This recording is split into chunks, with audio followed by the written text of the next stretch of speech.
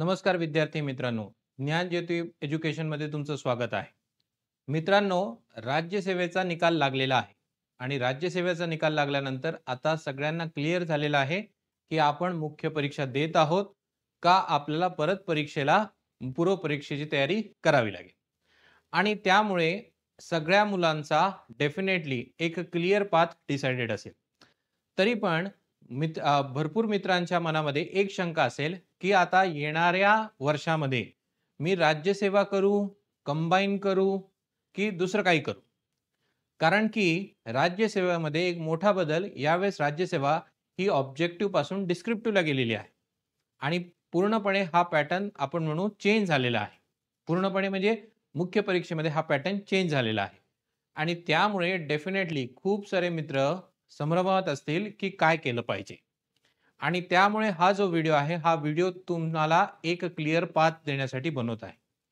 लक्षात घ्या, हा व्हिडिओ कोणासाठी आहे?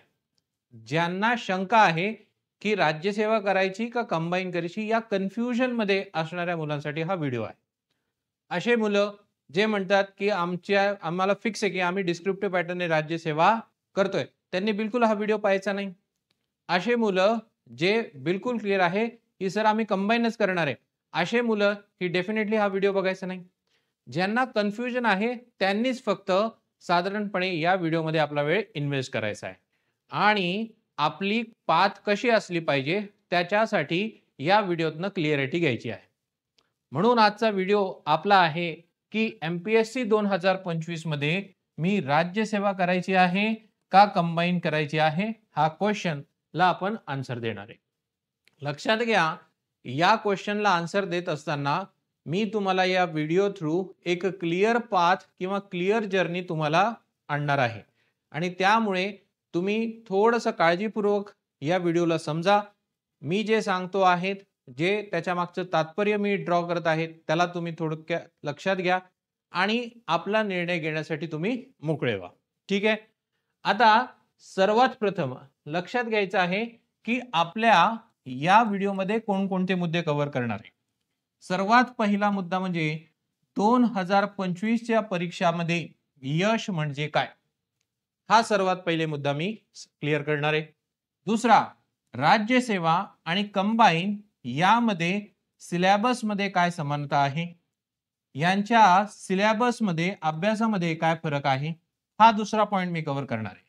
आणि तिसरा पॉइंट म्हणजे दोन्ही परीक्षेची तयारी कशी करावी. म्हणजे मी तुम्हाला एक स्ट्रॅटेजी पण देतोय की एक या व्हिडिओ थ्रू तुम्हाला एक अंडरस्टँडिंग पण येणार आहे की कंबाईन आणि राज्यसेवेची एकत्रित तयारी केली जाऊ शकते. आणि शेवटी मी हा प्रश्न घेणार आहे की दोन्ही परीक्षेची तयारी करावी का. म्हणजे शेवटी जो आपला अडचण आहे ती मी सोडवणार आहे आणि तुम्हाला एक मी डेफिनेटली काही कन्क्लुजन किंवा काहीतरी पाथ देणार आहे. तेव्हा तुमच्या लक्षात येईल की डेफिनेटली मी काय केलं पाहिजे. आता लक्षात घ्या, या व्हिडिओमध्ये सर्वात पहिले आपल्याला एक गोष्ट लक्षात घ्यायची की तुझा पहिला पॉइंट आहे 2025 च्या परीक्षेचं यश म्हणजे काय. आपल्याला माहिती आहे की कंबाईन मध्ये 2 स्टेजेस आहे, पूर्व मुख्य. PSI चं जर पाहिलं तर ते थोडक्यात मुलाखत आणि त्याच्यामध्ये आपल्याला शारीरिक चाचणी सुद्धा दिसून येते. आणि राज्यसेवेमध्ये पाहिली तर आपल्याला 3 स्टेजेस दिसतात, पूर्व, मुख्य, मुलाखत. आणि मुख्य आणि मुलाखत याच्यावर आधारित दिलेला आपला रँक.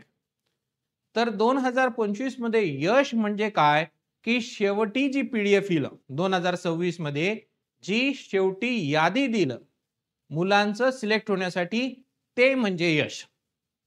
पूर्व परीक्षा निघाली, मुख्य परीक्षा नाही निघाली, यश नाही. मुख्य परीक्षा निघाली, मुलाखतीला गेलो आणि शेवटच्या यादीत नाव आलं नाही, ते यश नाही.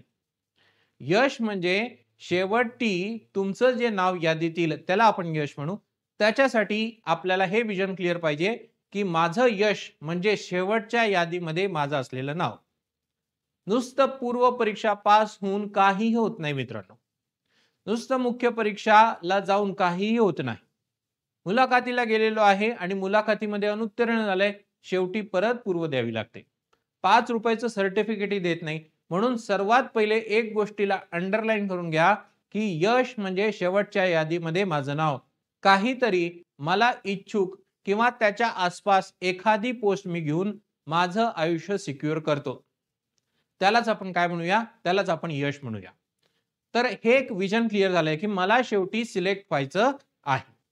आता 2025 मध्ये मी जेव्हा जाणार आहे तेव्हा राज्यसेवा आणि गट ब किंवा कंबाईनची परीक्षा जी आहे त्यामध्ये आपल्याला सरकारने किंवा आयोगाने काही टेंटेटिव्ह डेट्स दिलेले आहेत. हे तारखा बदलतील, बदलू शकतात किंवा बदलले नाही तर खूप छान होईल. पहिल्यांदा राईट डेटला सगळ्या परीक्षा आपण बनवू, सांगितलेल्या डेटला झाल्या तर आपल्या प्लॅनिंगने आपल्याला जाता येईल. तर आता आपल्याकडे एक प्लॅन काय आहे बघा. सर्वात पहिले म्हणजे राज्यसेवेची 2025 ला जी पूर्व परीक्षा आहे ती 28 सप्टेंबर 2025 ला डिक्लेअर्ड आहे. म्हणजे इथून जर मी पाहिलं एप्रिल, मार्च गेला, एप्रिल, मे, जून, जुलै, ऑगस्ट हे जर पाहिले तर साधारणपणे माझ्याकडे 6 महिने 1, 2, 3, 4, 5 आणि सप्टेंबरच्या 28 ला परीक्षा आहे. त्याच्यानंतर याचीच आपण जर पाहिली मुख्य परीक्षा तर ती जानेवारीमध्ये डिक्लेअर्ड आहे. कोणत्या जानेवारीमध्ये? 2026च्या जानेवारीमध्ये आपण म्हणू राज्यसेवेची मुख्य परीक्षा डिक्लेअर्ड आहे. म्हणजे साधारणपणे 6 महिन्यानंतर एक 2, 3, 4 महिने मला मिळतील. म्हणजे माझ्यासमोर माझा टेंटेटिव्ह टाइम टेबल फिक्स आहे. त्याच्यानंतर कंबाईनची जर आपण ऍड पाहिली तर कंबाईन ही जी परीक्षा आहे ही 9 नोव्हेंबरला डिक्लेअर्ड आहे. म्हणजे नोव्हेंबर महिन्यामध्ये कंबाईनची पूर्व परीक्षा आहे आणि फेब्रुवारीमध्ये याची शक्यतो मेन्स आपल्याला टेंटेटिव्हली डिक्लेअर्ड आहे. ही या महिन्यात होईल किंवा पुढे काहीतरी जाऊ शकतो. म्हणजे माझ्याकडे एप्रिल, मे, जून, जुलै, ऑगस्ट असा महिना आहे जो मला आता अभ्यासात घालवायचा आहे. मग एप्रिल, मे, जून, जुलै, ऑगस्ट या महिन्यामध्ये मी काय केलं पाहिजे हेही मी तुम्हाला सांगणार आहे. पण सर्वात प्रथम आपल्याला समजून घ्यायचं की आयोगाने आपल्या समोर कोणत्या तारखा ठेवलेल्या. आता या तारखा आपल्या समोर ठेवल्यानंतर आता आपल्याला बघायचं आहे की या दोन्ही परीक्षेमध्ये आपल्याला कोणत्या पद्धतीने एक समानता दिसते. आता हा जो तक्ता आहे मित्रांनो, हा तक्ता अतिशय महत्वाचा आहे. या तक्त्यामध्ये मी थोडं साईडला होतो तर तुम्ही डेफिनेटली ह्याचा स्क्रीनशॉट घेऊ शकतात. आणि स्क्रीनशॉट जर तुम्हाला येत नसेल किंवा घेता येत नसेल तर 788 799 28 34 या नंबरवर तुम्ही काय करू शकतात, या नंबरवर तुम्ही आपल्याला फोन व्हॉट्सअप मेसेज करू शकता. व्हॉट्सअप केल्यानंतर ही जी पीपीटी आहे ही पीपीटी तुम्हाला पीडीएफच्या स्वरूपात पाठवली जाईल आणि तुमच्याकडे एक लाईन ऑफ थॉट साठी तुमच्याकडे हा तक्ता उपस्थित राहील. लक्षात घ्या मित्रांनो, यामध्ये तुम्हाला एक गोष्ट सांगायची आहे की जेव्हा मी कंबाईनचा अभ्यास करणार आहे आणि राज्यसेवेचा अभ्यास करणार आहे तर फरक कुठे जाईल आणि ही परीक्षा समान कुठे जाईल. आता सर्वात पहिला पॉइंट म्हणजे कोणता? चालू घडामोडी.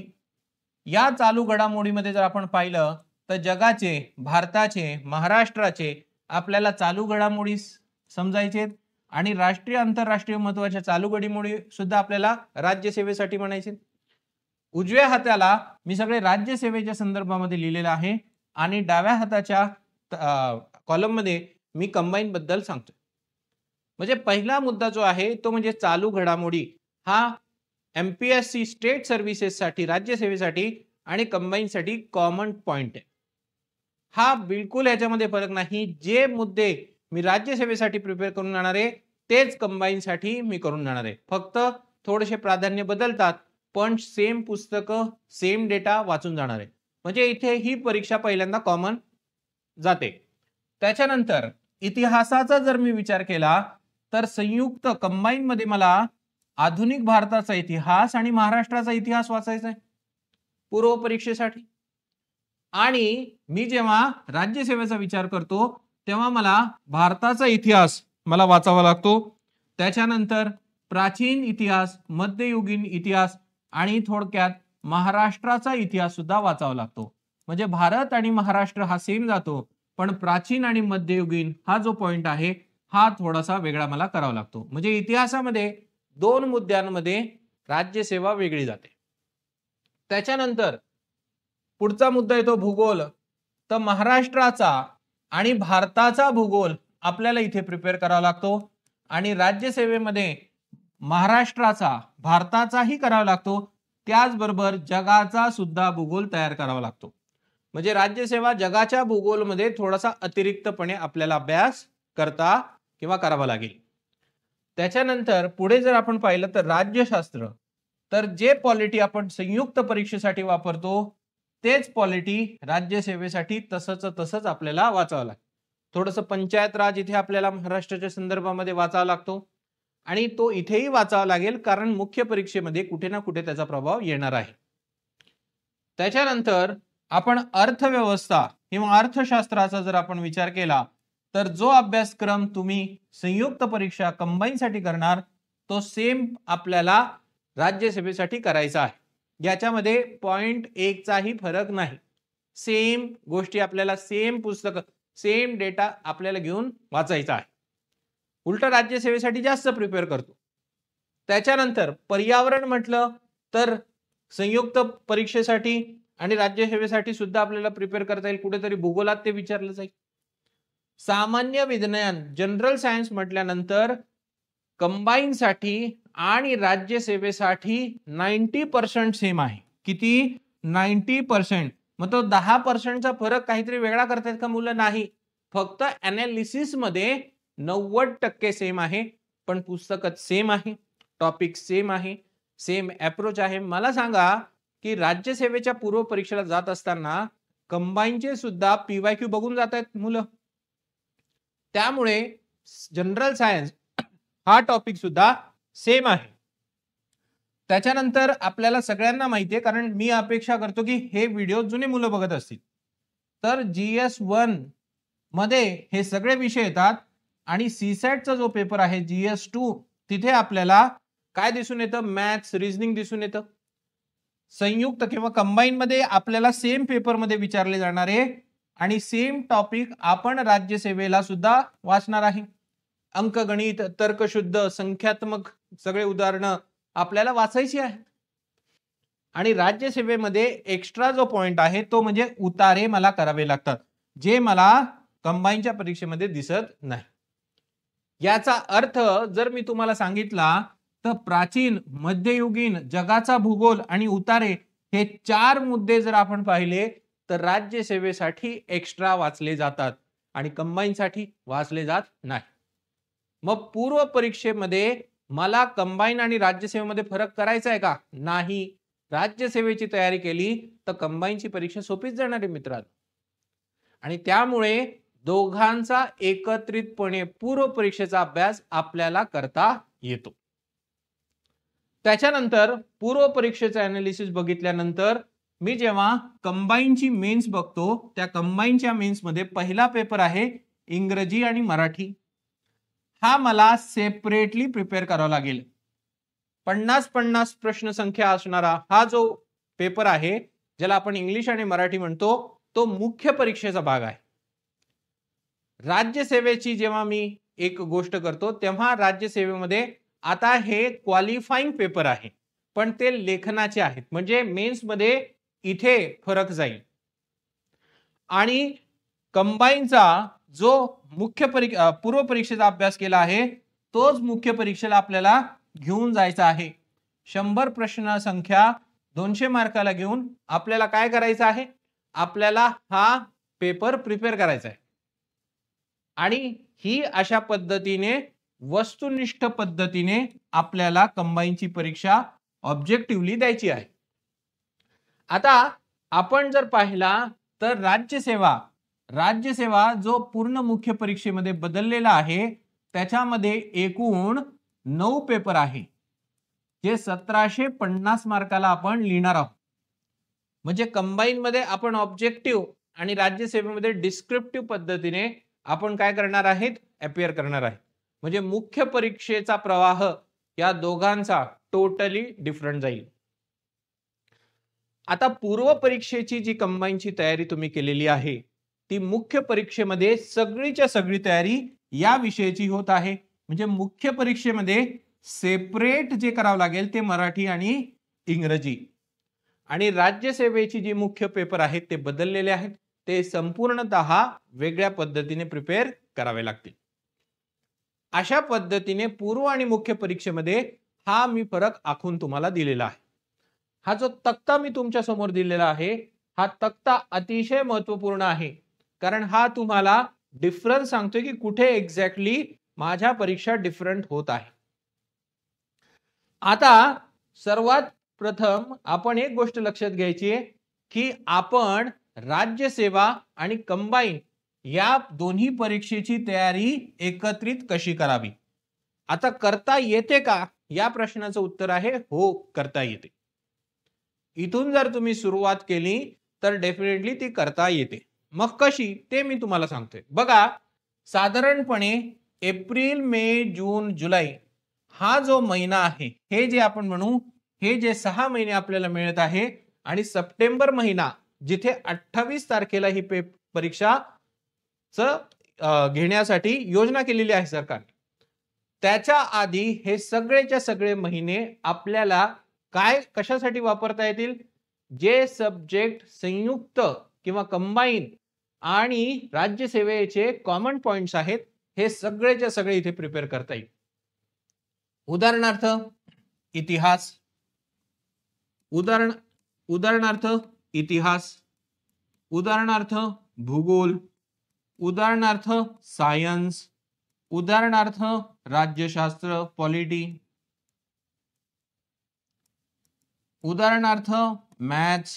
हे सगळेच्या सगळे तुमच्या योजनेनुसार, तुमच्या प्लॅनिंग अनुसार एप्रिल, मे, जून, जुलै, ऑगस्ट इथे तुम्हाला कस लावता येतील.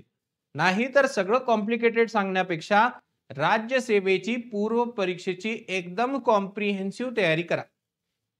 कंबाईनची तयारी ऑटोमॅटिक होत आहे, पूर्वची आणि मुख्यची. त्याच्यानंतर राज्यसेवेची परीक्षा द्या. या परीक्षेमध्ये दोन गोष्टी होऊ शकतील. एक तर तुमचा रिझल्ट अपेक्षित प्रमाणे पॉझिटिव्ह असेल, नाहीतर अनपेक्षित निगेटिव्ह असू शकतो. कारण आपण प्रॅक्टिकली घेऊन चालू, मी तयारी केली आहे पण सर कुठेतरी राहून जातं, सगळेजणच पास तर नाही होणार आहे, काहीच ठराविक मुलं तिथे मार्क घेऊन पुढे मेन्सला जातील.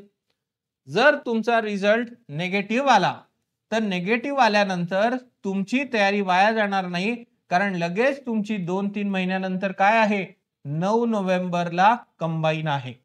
म्हणून इथे एकत्रित तयारी केल्यानंतर इथे परीक्षा देऊ शकतात किंवा इथे परीक्षा देऊ शकतात. आणि इथे जरी पॉझिटिव्ह आला तरी तुमच्या त्या पॉझिटिव्हनेस मध्ये तुम्ही ही परीक्षा देऊ शकतात. म्हणजे इथे विन विन सिच्युएशन आपल्याला करता येईल. आता तुमची इथपर्यंत तयारी जी झाली असेल, तीच तयारी तुमची संयुक्त किंवा कंबाईनच्या परीक्षेपर्यंत, आणि तीच तयारी तुमची फेब्रुवारी पर्यंत जाऊ शकतो.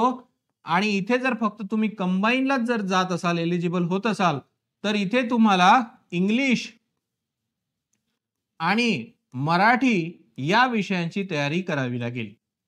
मग आपल्याकडे सुद्धा क्लासेस होतात, त्या क्लास सुरू करा, किंवा तुमची ऑलरेडी तयारी असेल तर ती तयारी तशीच ठेवा, फक्त प्रॅक्टिस करत राहा. म्हणजे तुम्ही इथून डेफिनेटली इंग्लिश आणि मराठी या विषयाची सेपरेट तयारी करून कंबाईनची मेन सुद्धा सक्सेसफुली देऊ शकता. आणि राज्यसेवेचा रिझल्ट पॉझिटिव्ह असेल तर तुम्ही विचार करू शकतात की मी राज्यसेवेलाच कॉन्सन्ट्रेट करू का कंबाईनला कॉन्सन्ट्रेट करू. पण तो प्रश्न तुमच्या मनामध्ये तेव्हा उपस्थित व्हावा, 28 सप्टेंबर नंतर. तोपर्यंत तुमचं ॲटिट्यूड कसं असलं पाहिजे, दोन्हीही परीक्षा काढायची आहे. जर तुम्हाला एकत्रितपणे तयारी करायची असेल, आणि ही ठरवण्याचीही गरज नाहीये, कारण की तुम्ही ह्या 6 महिन्यामध्ये जी तयारी करणार आहात, ती तयारी तुमची राज्यसेवेसाठी सुद्धा होत आहे आणि तुमच्या कंबाईनसाठी सुद्धा होत आहे. राज्यसेवेला इथे सेपरेटली जे तुम्हाला करायचं आहे ते म्हणजे आन्सर रायटिंग.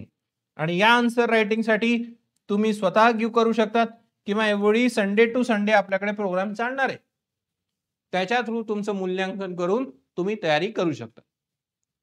तर ही एक छोटीशी तुम्हाला दिलेली स्ट्रॅटेजी की तुम्ही कशा पद्धतीने एकत्रितपणे MPSC स्टेट सर्व्हिसेस आणि कंबाईनची तयारी करू शकता. या दोन्ही परीक्षेची तयारी करत असताना जे पुस्तकं आहेत, जे मुद्दे आहेत, जे पण पॉइंट्स आहेत ते सर्व पद्धतीने सारखे आहेत. त्यामुळे सेपरेट आपण काही बाय करत नाही. आपण त्याच पुस्तकांना वाचत राहतो, आपला डेटा पक्का करत राहतो आणि दोन्ही परीक्षेसाठी आपण तयार होऊ शकतो. आणि हा सगळीच्या सगळी प्लॅनिंग मी तुमच्या समोर कोणत्या पद्धतीने ठेवलेली आहे? 28 सप्टेंबरला होणारी राज्यसेवा, 9 नोव्हेंबरला होणारी कंबाईनची प्रिलियम्स, जानेवारी 2026 मध्ये होणारी राज्यसेवा मुख्य आणि फेब्रुवारीमध्ये टेंटेटिव्हली शेड्यूल्ड कंबाईनची मुख्य परीक्षा या समोर मी ठेवलेला आहे. म्हणजे इथून जे मुलं आता संभ्रमात आहे ते एकत्रित करू शकतात का? त्याचं उत्तर हे आहे. आता नुसतं एक तक्ता मी आखला आहे आणि तुम्हाला काहीतरी सजेस्ट केलं आहे तर प्रॅक्टिकली आयुष्य असं चालत नाही.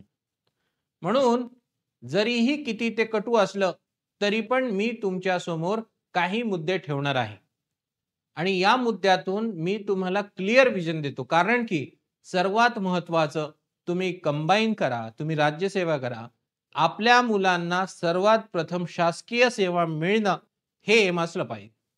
You are professionals. तुम्ही इथे कोणाच्या आपण म्हणू कोणाच्या आनंदासाठी आलेले नाहीयेत. तुम्ही एक शासकीय सेवा घ्यायला आलेले आहेत. तुमचं करिअर सेट करायला आहेत. एक चांगली जॉब गव्हर्नमेंटमध्ये यावी, आपण आपलं आणि घरच्यांचं आयुष्य चांगलं करावं या प्रॅक्टिकल पर्पजला आलेलो आहे. आणि या प्रॅक्टिकल पर्पज साठी मी तुम्हाला उत्तर देणार आहे. म्हणजे मी तुम्हाला ही स्ट्रॅटेजी सांगत आहे. ही स्ट्रॅटेजी फक्त आणि फक्त तुमच्या व्हिडिओ समोर थ्रू आणली आहे. पण कदाचित आयुष्यामध्ये ही चालेल नाही चालेल आपल्याला त्याची गॅरंटी नाही. मग ही स्ट्रॅटेजी तुमची पुढे वर्क होऊ शकते. पण अजून कोणते मुद्दे आहेत जे तुम्ही कन्सिडर केले पाहिजे जेव्हा तुम्हाला या दोघी परीक्षांचा विचार करायचा आहे? सर्वात प्रथम मी हे जे उत्तर आहे हे उत्तर देणार आहे माझ्या समोर उपस्थित असणाऱ्या 3 कॅटेगरीजच्या मुलांसाठी.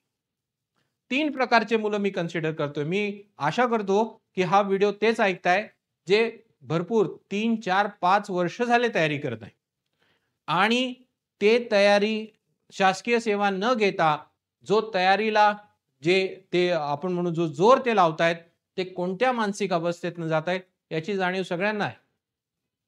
म्हणून मी या सगळ्या मुलांसाठी तुम्हाला एक 3 पद्धतीने कॅटेगरायझेशन केलं आहे आणि त्या 3 कॅटेगरायझेशनने मी तुम्हाला सांगणार आहे. तर पहिली कॅटेगरी जे वर्णनात्मक किंवा डिस्क्रिप्टिव्ह आणि वस्तुनिष्ठ दोन्ही एकत्र करू शकतात आणि आत्मविश्वासाने तयारी करू शकतात अशा मुलांसाठी. ठीक आहे, त्यांचा आत्मविश्वास भरपूर आहे. 21, 22, 23 त्यांचं वय आहे. सर काही फरक पडत नाही, अजून 2 वर्ष मी तयारी देऊ शकतो. घरची परिस्थिती सर चांगली आहे, काही प्रॉब्लेम नाही. मला पैसे पुरवले जातात, मी चांगल्या अवस्थेत जाऊन देऊ शकतो. अशा मुलांनी डेफिनेटली एकच एम घेतला तरी चालतो. उदाहरणार्थ ते म्हटले सर मला चांगली पोस्ट पाहिजे, मी राज्यसेवा करतो, कंबाईन करत नाही. त्यांनी बिलकुल राज्यसेवा करा. कारण कंबाईन मधनं आपल्याला शॉर्ट पिरियड मध्ये जॉब मिळते. राज्यसेवा हे थोडेसे उच्च पद आहेत, त्यामुळे त्याला तिथे थोडासा टाइम देऊन थोडासा अपयश येऊ शकतं आणि त्यांनी त्या पद्धतीने त्यांची तयारी असेल तर ते डेफिनेटली फक्त एकच परीक्षा घेऊन पुढे जावं. ते म्हटले असे मुलं की आमचं सर लेखन चांगलं आहे, आम्ही गेले 3-4 वर्ष ऑब्जेक्टिव्हची तयारी करत असलो तरी पण डिस्क्रिप्टिव्हची आम्ही तयारी करू शकतो. आमचं उत्तर लेखन चांगलं आहे, आम्ही निबंध चांगला लिहू शकतो, आम्हाला सर ते जमतं, आम्हाला अपयश आलं तरी काही प्रॉब्लेम नाही. अशा मुलांनी फक्त राज्यसेवा जरी घेऊन गेली जे हायर पोस्ट आहे आणि कंबाईनला जरी त्यांनी निग्लेक्ट केलं तरी पण चालेल. त्यांनी निर्णय घेतला सर आम्ही दोन्ही देण्याचा प्रयत्न करू, दोन्ही देऊ शकतात. असे मुलं रिस्क घेऊ शकतात.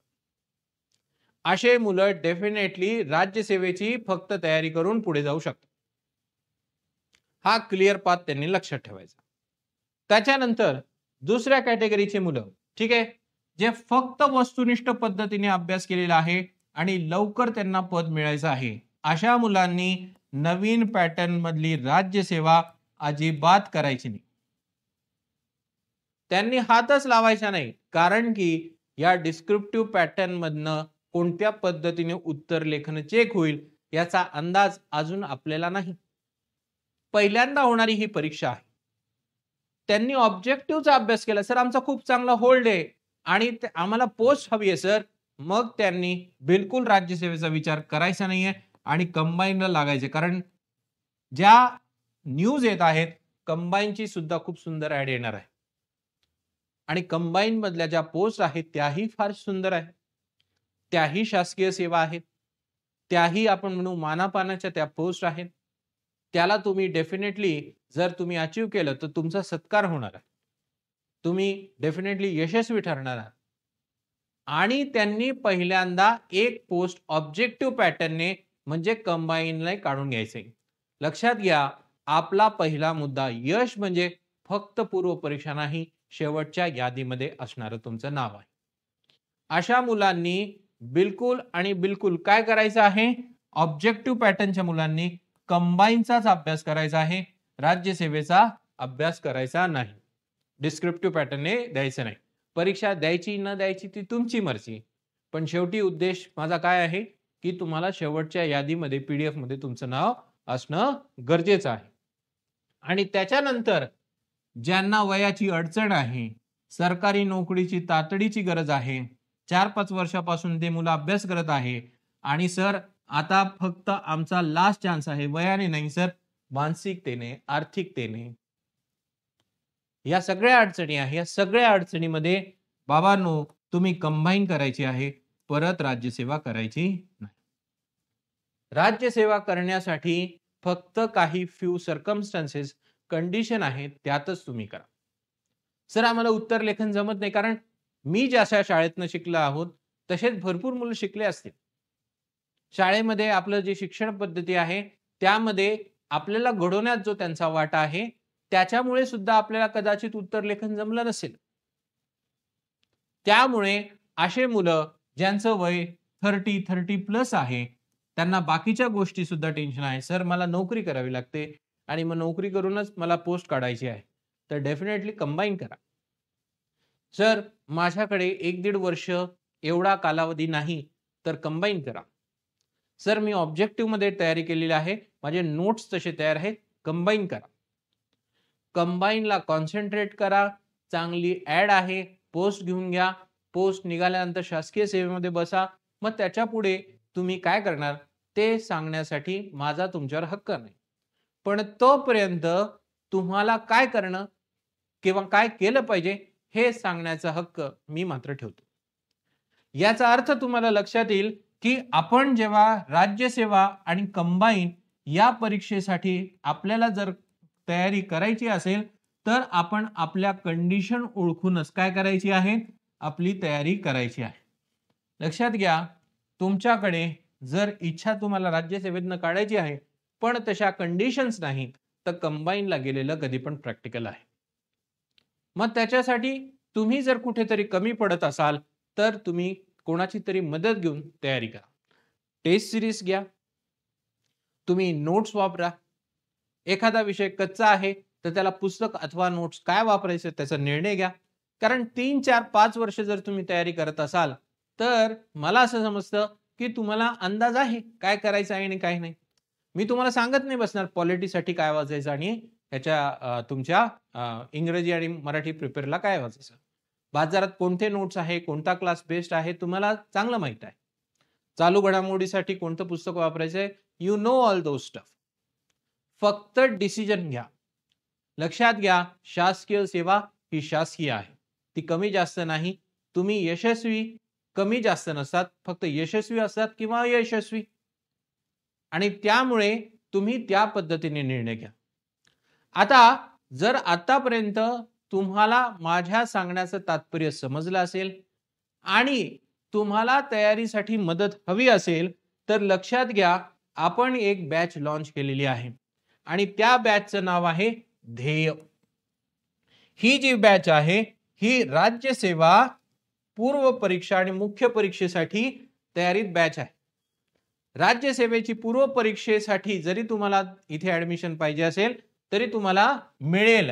आणि या बॅच बद्दल डिटेल माहिती पाहिजे असेल तर 788 799 2834 या नंबरवर तुम्ही फोन करा, नाहीतर 99 75 80 61 27 या दोन्ही नंबरवर फोन करा, व्हॉट्सअप करा, मेसेज करा.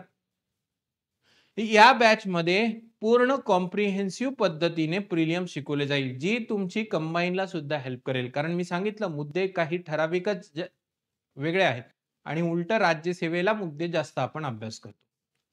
आणि हे मुद्दे आपण जर अभ्यास केले तर डेफिनेटली तुमची संयुक्त कंबाईनची तयारी होऊ शकते, तुमची राज्यसेवेची तयारी होऊ शकते आणि डेफिनेटली तुम्ही एक स्ट्रॅटेजीने पुढे जाऊ शकाल. मी ऑलरेडी तुमच्या समोर एक तक्ता आखून दिलेला आहे. या तक्त्यामध्ये तुम्हाला लक्षात घ्यायचंय की एप्रिल, मे, जून, जुलै, ऑगस्ट हे फक्त कॉमन महिने आहेत जिथे अभ्यास करता येईल. इथून मी म्हणतो रिव्हिजन करा शेवटपर्यंत. मग हे जर आपल्याला करायचं असेल तर तुम्ही एक स्ट्रॅटेजीने जा. 20 मार्चला सुरू होणारी ही जी आपली बॅच आहे ही तुम्हाला चांगली तयारी करून घेईल. टेस्ट आहेत, करंट अफेअर्स आहेत, शॉर्ट नोट्स आहेत, लाईव्ह प्लस रेकॉर्डिंग आहे. आणि तुम्हाला कोणतीही माहिती हवी असेल तर तुमच्याकडे फोन नंबर आहे. सर बॅच लावायची नाही, आम्हाला फक्त गाईड करा, नंबर आहे. फक्त गायडन्सने पुढे जा, कारण तुम्ही उद्या यशस्वी झाले तर आमचं नाव काढालच आणि मग ते आमचा एक काय राहील, आमचंही त्यामध्ये यश राहील. तर ओके मित्रांनो, लक्षात ठेवा जी सांगितलेली स्ट्रॅटेजी आणि ध्येय बॅच बद्दल तुम्ही लक्षात ठेवा आणि तुमची डिसिजन घ्या आणि एक राईट वेने तुम्ही तयारी करा. तर नमस्कार आणि ऑल द बेस्ट सगळ्यांना.